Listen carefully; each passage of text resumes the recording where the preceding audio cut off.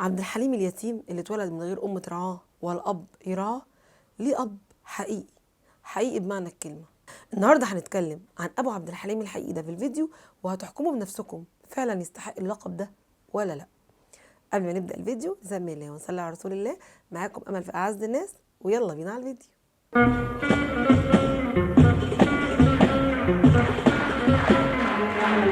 اهلا بيكم يا اعز الناس في اعز الناس. كل سنه وانتوا طيبين.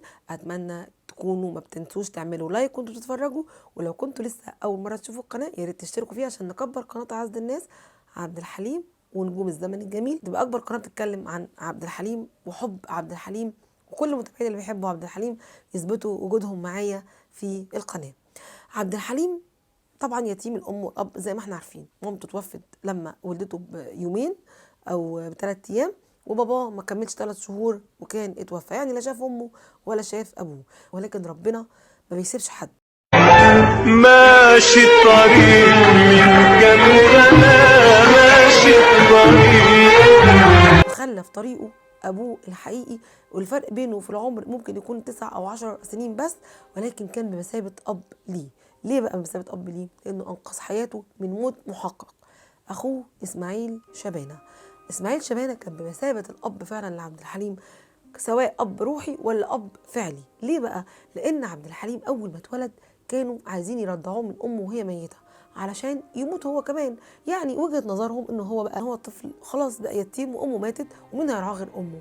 ولكن اسماعيل سمعهم هم بيقولوا كده واتجنن، وكان طبعا وقتها عنده 10 سنين، يعني عيل صغير مش هينفع ياخد اخوه من وسط الستات اللي بيتفقوا على انهم يرضعوه من امه الميته. راح جري بسرعه على ابوه وقال له يا ابويا الحق هيموتوا عبد الحليم. راح ابوه جري معاه وخد عبد الحليم من وسط الستات واداهوله وقال له خد اخوك اهو، ما تخافش عليه. دخلت في الأوضة اللي هي نايمة فيها، لقيت ستات واقفين يعيطهم ويصرخهم، ولقيت الزيطة دي كلها موجودة في الأوضة، والعياط والبكا والصريخ عشان والدتي، وعبد الحليم نايم لا بيعيط ولا بيصرخ ولا بيتحرك. ولقيت واحدة من اللي واقفين بتقول هاتوه عشان نرضعه من أمه عشان يموت. أنا بصيت لقيت نفسي بدون شعور بصرخ وزعق يابا الحق يابا هنموت عبد الحليم اخويا الحق. فجي قال لي مالك يا اسماعيل في ايه؟ قلت له الست دي اللي واقفه دي عايزه ترضع اخويا من امي عشان يموت، الحقوا يابا نجيه منهم. فراح والدي خاطف اخويا منهم واداهولي، قال لي خد ما تخافش. دي اول مره عمل فعلا كده. ولما مات ابو عبد الحليم برضو بعد 3 شهور، طبعا عبد الحليم برضو طفل 3 شهور، خده وخباه عند بيت خالته، وكل الناس قعدت تدور اليوم ده على عبد الحليم مش لاقياه، وافتكروا ان هو اتخطف ولا راح فين، لحد ما اسماعيل قال انا خبيته عند خالتي، خفت لحسن حد يأذيه بعد ما مات كمان ابويا، لانه لما ماتت امه كان ابوه عايش حبوا يأذوه، فما بال بقى لما كمان ابوه مات ممكن الاذيه كمان تبقى وارده يعني. فهو كان خايف عليه جدا، وكان حاسس ان هو اخوه الصغير، كان مشفق عليه قوي. وفعلا هو عبد الحليم الابن الرابع، يعني اصغر ابناء علي اسماعيل شبانه، وكانوا اخواته بيحبوه جدا. كانوا هم ايتام وصغيرين لكن حاسين باليتم الشديد قوي لاخوهم ده، لانه اصغر واحد فيهم كمان. ولما كبر عبد الحليم مع اسماعيل كان مقتدي بيه في كل حاجه.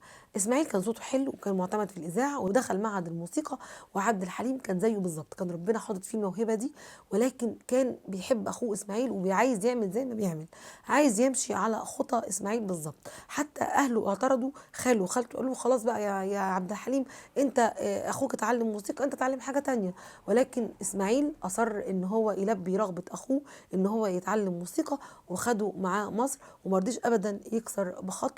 وكان معاه في مصر واجروا شقه صغيره او اوضه كمان صغيره، وفضلوا فيها لحد ما عبد الحليم دخل معهد الموسيقى وبدا يشق طريقه من هناك مع اخوه اسماعيل. اخوه اسماعيل كان ساعتها موظف في الاذاعه، وعبد الحليم لسه بيبتدي تلميذ ولسه بيبتدي حياته.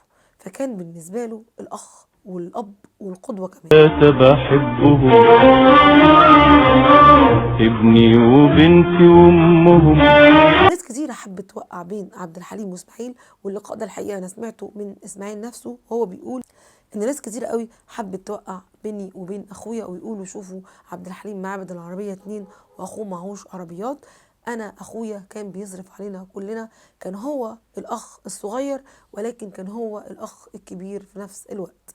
والكلام ده برضو قاله محمد شبانة اخوه، قال ان عبد الحليم كان اصغر واحد فينا لكنه كان اكبر واحد فينا. عبد الحليم كان اصغرنا، انما احنا كنا بنعتبره اكبرنا بعد وفاة ابونا وامنا.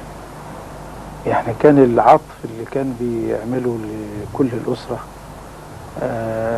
بيعوض لنا ابونا وامنا بعد ما كان هو اللي بيرعانا وهو اللي بيحقق لنا كل حاجه، وكان هو بالنسبه لنا الاب برغم صغره لانه احتوانا، ما نسيناش، ما بقاش بقى مطرب كبير ونسي اهله. بالعكس كان اول حاجه بيعملها هو ان كان بيوفي لاهله كل حاجه، ما كانش بينساهم ابدا، حتى اهله اللي في الحلوات، حتى القريه، حتى كل الناس يعني الاقربون فالاقربون فالاقربون لحد اهل القريه كلهم كان عبد الحليم واقف معاهم وجنبهم. وده بشهاده اهل القريه نفسهم قالوا كده.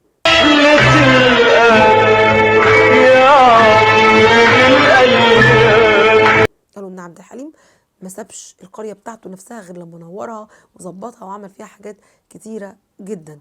فاذا عبد الحليم كان ليه اب روحي هو اخوه، والكلام اللي كانوا بيقولوه ده نفاه تماما اسماعيل ونفاه محمد اخوه، وقال ان عبد الحليم كان اخونا وحبيبنا وابننا وكان بالنسبه لنا هو كل حاجه. وعليا قالت بعد ما مات عبد الحليم مات الفرح في بيت شبانة كله. ماشي الطريق من كام سنة، ماشي الطريق.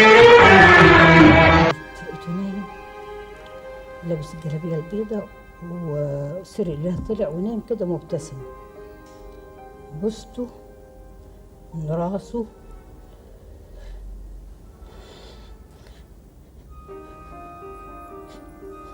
لصوابع رجليه. قلت له استودعتك عند الله يا عبد الله. لو كان بإيدي كنت أفضل جنبك وأجيب لعمري 1000 عمر واحد. ده مات يعني عايزه اقول لكم هي كتر خيرهم هم. كنت أتمنى طول العمر وأعيش حواليك. يعني عايش معاهم عبد الحليم.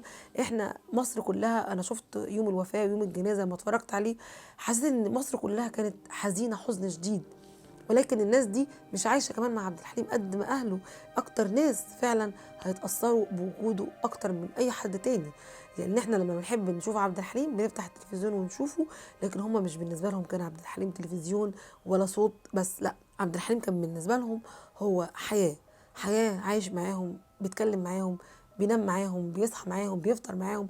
فبصراحة هم كتر ألف خيرهم إن هم استحملوا فراقه، لأنه عبد الحليم أسطورة فعلا وثبت بقائه، وربنا اداله عمر على عمره إنه يفضل معانا لحد دلوقتي، وتبقى أجيال ما شافتهوش ولا عاشتش معاه لكن بتحبه، وبنعمل له قناة وبيعملوا له صفحات وبيعملوا له جروبات. وكل الناس لسه واحده منزله قريب في صفحه من الصفحات شايفاها بتقول ان فتى احلامي ما زال هو عبد الحليم حافظ، مين يوافقني الراي؟ تعليقات بقى بالهبل كاتبين لها كده انه احنا كلنا نتمنى عبد الحليم يكون فتى احلامنا.